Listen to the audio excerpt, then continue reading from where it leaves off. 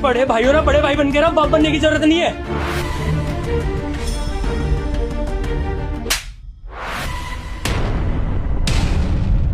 बड़े भाई से बदतमीजी करता है। 4 लोग सुनेंगे तो क्या सोचेंगे? 4 लोग तब नहीं सोचेंगे जब मेरी बेइज्जती कर रहे थे 4 लोग में, है? उज्जवल, मेरे से ऊंची आवाज में बात करने की जरूरत नहीं है। अपने बड़े भाई से इतनी बदतमीजी से क्यों बात कर रहा है तू? अरे तू मत सिखा मुझे संस्कार। ऐसा हाल करवाऊंगा ना, अगर दोबारा मेरे पे हाथ उठा दिया ना, एक फोन पे ऐसे ऐसे बंदे ला दूंगा, गायब करवा दूंगा, ये समझ। अच्छा, क्या करेगा? मारेगा अपने बड़े भाई को? अपने बड़े भाई पे हाथ उठाएगा, गुंडे मवाली उसे पिटवाएगा? उज्जवल, इस टाइम ना तू मेरा भाई नहीं लग रहा है। ऐसा लग रहा है कि मैं किसी सड़क छाप गुंडे से बात कर रहा हूँ। मेरे से ना प्रोफेशनल होके बिहेव कर, क्योंकि ये कंपनी के बीच की बात है। ये कोई सड़क छाप लड़ाई नहीं चल रही है जो तू गुंडे मवालियों को बीच में ला रहा है। तमीज से बात कर, मेरे से समझा। अरे तो तेरे को किसने बोला मुझे भाई बोलने को? मत बोलना भाई, एहसान मत गिनवाया कर। भाई भाई भाई भाई, अरे नरक में गया ऐसा भाई। तू थोड़ा कर रहा ना मुझसे, बहुत अच्छी बात है उज्जवल, बहुत अच्छी बात है। इसी तरह से अपने बड़े भाई से बदतमीजी कर, सारी दुनिया देखेगी। तू तड़ाक कर, हाथ उठाने की बातें कर। इस तरह से ना तू अपने संस्कार दिखा रहा है कि हमारे माँ बाप ने तुझे क्या संस्कार दिए थे। भले वो जितने भी टाइम तेरे साथ थे, लेकिन उसमें तू ये बताना चाह रहा है दुनिया को कि बड़े भाई को तो संस्कार मिले, लेकिन छोटे भाई को 2 कौड़ी के संस्कार नहीं मिले, जो अपने बड़े भाई से इस तरह से बात कर रहा है। तू एक बात बता मुझे, अगर आज हमारे बाप होते यहाँ पर तो क्या तू उनसे भी ऐसी बदतमीजी से बात करता? अरे पापा जिंदा होते ना मर जाते आज के आज। ये जो तेरा हाल है ना, वो देखकर बड़े भाई कहलाने के लायक नहीं है तू ऐसे भाई को। कौन सी हरकत उज्जवल, कौन सी हरकत? तू बार बार जो मुझ पे इल्जाम लगा रहा है ना कि मैं तुझे नीचा दिखाना चाहता हूँ 4 जनों के बीच में। मुझे क्या मिलेगा तुझे नीचा दिखाकर? तू मेरा छोटा भाई है, मैं तुझे क्यों नीचा दिखाऊंगा किसी के आगे?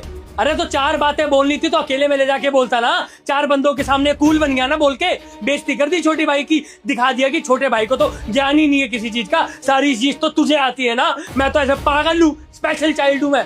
अरे 4 लोगों के आगे मुझे पागल दिखाना चाहता है ना कि मेरे में बुद्धि नहीं है, मैं किसी काम का नहीं हूँ, मैं कंपनी नहीं संभाल सकता, मैं घर नहीं संभाल सकता। तो इस हिसाब से कुल मिला के सारी कंपनी, सारी प्रॉपर्टी तू हड़प ले। तेरे को जानता नहीं क्या मैं अच्छे से? मुझ पर प्रॉपर्टी हड़पने का इल्जाम लगा रहा है उज्जवल, अपने बड़े भाई पर।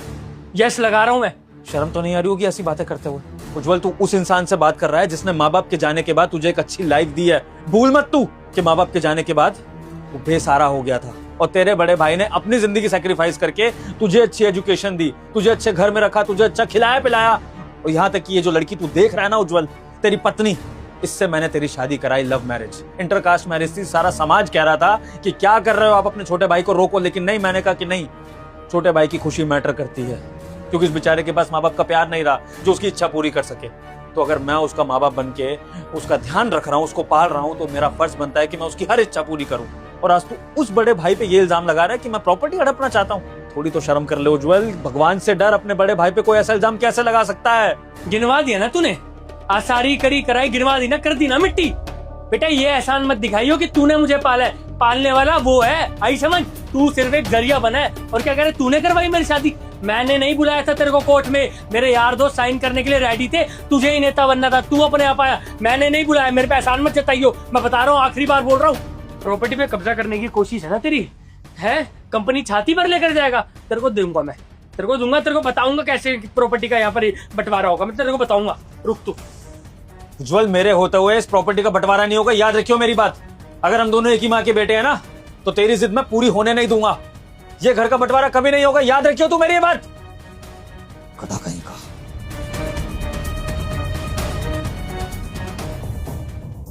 जल्दी से कपड़े पैक करो, इस घर में अब नहीं रहेंगे हम। उज्जवल, ये क्या तरीका है बड़े भैया से बात करने की? हाँ, तुमने इतनी ज्यादा उनके साथ बदतमीजी की, और उसके बाद अगर उन्होंने कुछ बोल भी दिया, तुम इस तरीके से घर छोड़ने का फैसला कर लोगे? देखो उज्जवल, ऐसे गुस्से में ना डिसीजन नहीं लिए जाते, थोड़े से काम डाउन हो जाओ, उसके बाद डिसीजन ले लेना। तुम्हें मेरी बदतमीजी दिख रही है, उनकी नहीं दिख रही? वो कैसे पेश आ रहे हैं मुझसे? 4 बंदों के आगे बेइज्जती कर दी मेरी, क्या हक बनता उनका? अकेले में समझाते ना मुझे। देख रही हो तुम छोटे भाई की तमीज? जिस भाई के लिए पूरी जिंदगी मैंने क्या कुछ नहीं किया, उस भाई ने 2 मिनट नहीं लगाए मुझसे तू तड़ाक करने में, मुझ पर इल्जाम लगाने में, और प्रॉपर्टी के बंटवारे जैसी बात करने के लिए। आज ना मुझे बहुत रिग्रेट हो रहा है पिंची कि क्यों है मेरा भाई। या तो फिर मैं सिंगल चाइल्ड होता, और या तो फिर मेरे माँ बाप जिंदा होते, क्योंकि अगर माँ बाप जिंदा होते तो कंचन मैं अपने छोटे भाई को उन तक सौंप देता और कहता कि इसको मेरी नज़रों के सामने से दूर कर दो, इसके पास रहो, क्योंकि अभी तो मुझे इसे झेलना पड़ रहा है, क्योंकि बड़ों का साया नहीं है इस घर में। तो सोचता हूँ कि चलो उसके सिर पर बड़ों का हाथ रहेगा, लेकिन इस तरह की बदतमीजी करेगा ना कंचन मेरे साथ, मुझसे इस तरह से व्यवहार करेगा, तो वो दिन दूर नहीं है कि मैं इससे दूर हो जाऊंगा। और मुझे ना अब खून के रिश्तों से घिन सी आ रही है कंचन, क्योंकि जिन रिश्तों के लिए आप इतना कुछ करते हो, आप सोचते हो कि रिश्ते जिंदगी भर आपके साथ रहेंगे, जब वो आपसे इस तरह से बात करते हैं ना, आपके किए हुए को नकार देते हैं, तो कंचन जीने का मन नहीं करता है। अरे बड़े हैं वो, अगर गुस्से में उन्होंने तुम्हारे ऊपर हाथ उठा भी दिया तो क्या हो गया, बड़े तो हैं तुम्हारे। और हाँ, तुम छोटे होके अपनी मर्यादा भूल रहे हो क्या? तो मुझे एक बात बताओ, किसी एक आदमी का नाम बता दो जिसने बताया हो तुम्हें कि बड़े भैया तुम्हारी बुराई करते हो या तुम्हारे बारे में भला बुरा बोलते हो। अरे रूपा, मुंह पे कोई नहीं बोलता, पीठ पीछे ना हर कोई बात करता है। ऐसा नहीं है उज्जवल, पीठ पीछे सब बड़े भैया की तारीफ करते हैं कि अगर बड़ा भाई हो तो तुम्हारे बड़े भाई जैसा हो। सबको ये दिखता है कि वो तुम्हारे बारे में कितना सोचते हैं, लेकिन तुम्हें ही नहीं दिखता। और तुम उनके बारे में ये सोचते हो कि वो तुम्हारे बारे में बुरा सोचते हैं। ऐसा कैसे हो सकता है उज्जवल? जिसने तुम्हें छोटे से लेकर अब तक बड़ा किया, इतना कुछ किया तुम्हारे लिए, वो तुम्हारे बारे में बुरा कैसे बोल सकते हैं? लेकिन उज्जवल, बाहर लोग ना तुम्हारे बारे में जरूर बातें करते हैं कि बड़े भाई के सक्सेस में छोटे भाई में घमंड आ चुका है। छोटा भाई अपने बड़े भाई को जवाब भी दे देता है और बड़े भाई को कुछ भी नहीं समझता।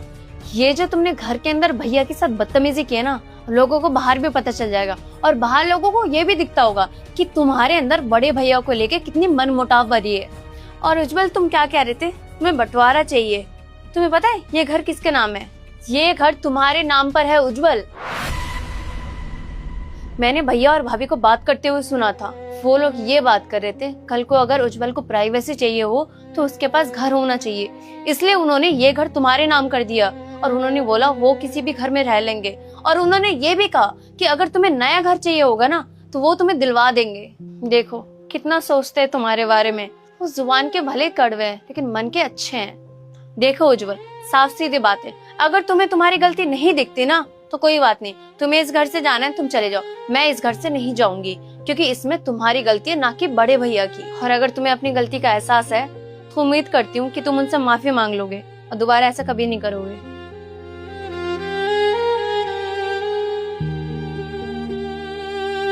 विभोर, मैं जानती हूँ कि उज्जवल ने आज तुम्हारे साथ बहुत बदतमीजी करी है, लेकिन तुमने क्या किया?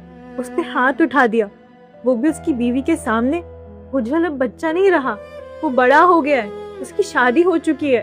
और एक बात बताओ, तुमने खुद ही कहा ना कि इस घर में माँ बाप नहीं है, बड़ों का साया नहीं है, तो सारी जिम्मेदारी ना सिर्फ तुम्हारे कंधों पे है। तुमको माँ बाप का दर्जा संभालना था, लेकिन तुम क्या कर रहे हो? छोटों पर हाथ उठा रहे हो। उनको प्यार से समझाओ। प्यार से काम नहीं सिखाया जाता है कंचन, काम सिखाने के लिए डांटना पड़ता है और काम सीखने के लिए डांट खानी पड़ती है।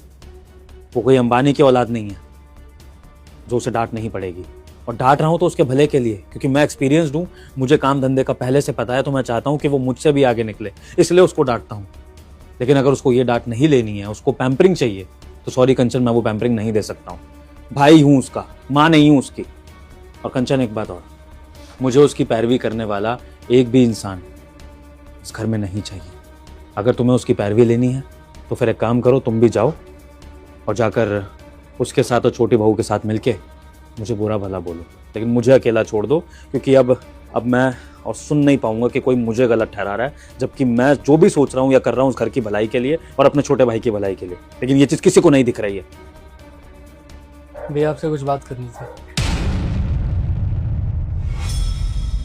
कंचन, इसको बोल दो कि यहाँ से चला जाए, मैं इससे एक मिनट भी बात नहीं करना चाहता। अगर अब ये मेरे से कुछ भी बात करेगा तो सीधा लड़ाई होगी, और अगर लड़ाई होगी तो इस बार मैं पुलिस बुला लूंगा।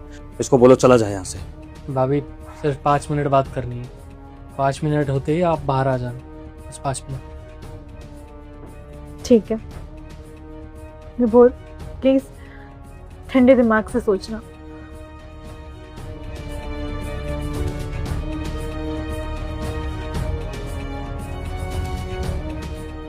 भैया अभी जो भी हुआ उसकी माफ़ी मांगने आया हूँ मैं यहाँ पर। मैं आपके ऊपर चिल्लाया, आपको गलत बोला, बदतमीजी करी, जो कि मुझे नहीं करना चाहिए था। मुझे सब समझ आ गया है कि आपने जो भी कहा, जो भी किया, मेरी भलाई के लिए ही किया। कुछ ना कुछ सिखाना ही चाहते थे मुझे, छोटा भाई हूँ, बुरा तो नहीं चाहोगे। मुझे रूपा ने भी काफ़ी खुद समझाया कि आप और भाभी हमारे बारे में कितना सोचती हो, मेरे बारे में कितना सोचती हो। गलती हो गई, आइंदा ये गलती कभी नहीं दोहराऊंगा। माफ़ कर देना, बस यही कह सकता हूँ मैं। छोटी बहू ने तुझे तेरी गलती समझाई? चलो अच्छा है, बीवी तो तेरी अच्छी आ गई है, उससे शादी कराने का डिसीजन गलत नहीं था, अच्छी बात है। तो फिर अब माफी क्यों मांग रहा है? अब क्या चाहिए? भैया कुछ भी नहीं चाहिए मुझे, ना कोई प्रॉपर्टी, ना कंपनी में कोई हिस्सा, ना 1% किसी चीज़ की उम्मीद रखूँगा मैं। बस ये चाहता हूँ कि हम लोग खुश रहें पहले की तरह। गिनती के 4 लोग घर में रहते हैं, लड़ते रहेंगे, घर में कलेश होंगे। किसको पसंद है कि घर में कलेश लगे रहे, माहौल घर का ख़राब। मैं बस ये चाहता हूँ कि पुराने दिन वापस आ जाए, जैसे हम पहले खुश रहा करते थे, हंसते थे, बोलते थे, सब कितना अच्छा था। बस वही दिन वापस आ जाए, यही चाहता हूँ कि 4 लोग रहते हैं गिनती के घर में, सब खुश रहे पहले। ठीक है छोटे, बड़े भाई हो ना, बड़े भाई बन के रहो, बाप बनने की जरूरत नहीं है।